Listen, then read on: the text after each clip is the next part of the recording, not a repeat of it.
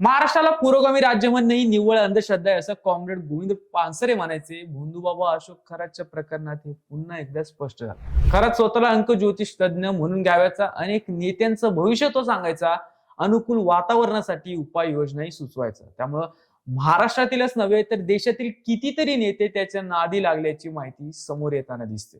खरं तर भोंदूगिरी आडून अनेक महिलांचं शोषण केल्याचा आरोप आहे. त्यातून त्याचा खरा चेहरा समोर आला. इतकं सगळं होत असताना महिला आयोगाच्या मावळत्या अध्यक्षा रुपालीताई चाकणकर यांनी त्याच्या डोक्यावर संरक्षणाची छत्री धरल्याचं दिसून आलं. अखेर त्यात रुपालीताईंचं विकेट गेली ही वेगळी गोष्ट, परंतु आणखी काही बडे नेतेही त्यात अडकल्याचं सांगण्यात येतं. हे नेते कोण आहेत, त्यांचं आणि खरातचं काही गॉटमेट आहे का, आणि ते नेमकं कशा प्रकारचं आहे हे जाणून घेऊ आजच्या भागात. नमस्कार, मी शेरी आणि आपण बघतोय बोलबिंद.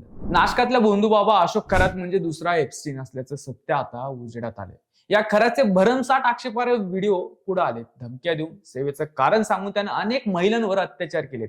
अर्थात खराचं प्रस्त वाढत गेलं आणि तो निर्डावत गेला असं म्हणता येईल.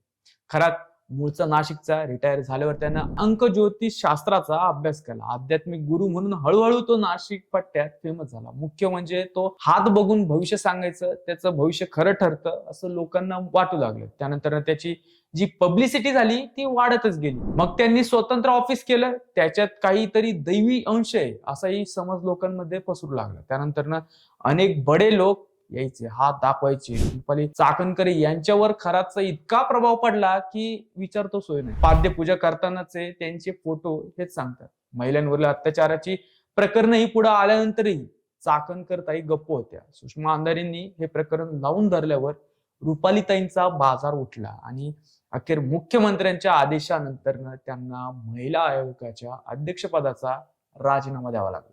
पण खरात यांचं नाव केवळ चाकणकरांपुरतं सीमित दिसत नाही. अनेक बड्या नेत्यांमध्ये त्यांची उठबस असल्याचं सांग. महाराष्ट्रातील जवळपास 50 ते 60 नेते खराचे संबंध जोडून होते. त्यातले काही नेते पार त्याच्या आहारी गेले होते अशी चर्चा सुरू आहे. उपमुख्यमंत्री एकनाथ शिंदे हे बऱ्यापैकी धार्मिक प्रवृत्तीचे नेते असल्याचं सांगण्यात येतं. अर्थात धार्मिक असण्यात काही गैर नाहीये. शिंदेंनी सैन्यात बंड केल्यावर सुरत मार्गे गुवाहाटी गाठली होती. तिथं कामाख्या देवीच्या दर्शनात ते जात होते.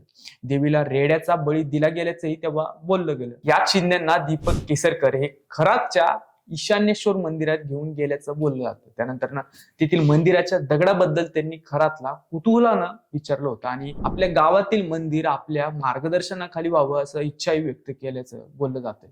दीपक केसरकर हे खरातकडे जायचे. कुठल्या तरी कार्यकर्त्यानं त्यांना खरातबद्दल सांगितलं होतं. खरातनं त्यांचा हात बघितला आणि बरंच काही सांगितलं.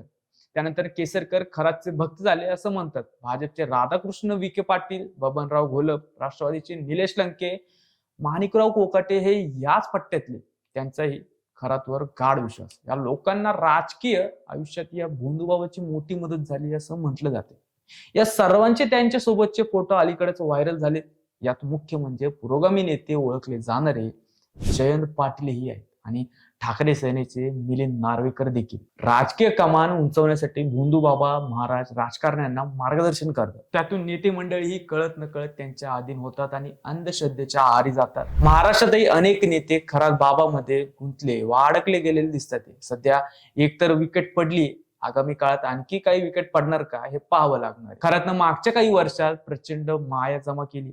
नेत्यांच्या संरक्षणामुळेच त्याला हे मोकळं रान मिळाल्याचं पाहायला मिळेल. हे पाहता खरात आणि राजकीय नेते हे कनेक्शन उघडकीस येणार का हे पाहावं लागणार. तसं झालं तर चौकशीतून काही समोर आलं तर पुढच्या टप्प्यात आणखी काही धक्के बसू शकतात. तुम्हाला काय वाटतं हे कमेंट करून आम्हाला नक्की कळवा आणि अजून आमचं चॅनल सबस्क्राईब केलं नसेल तर आताच करा.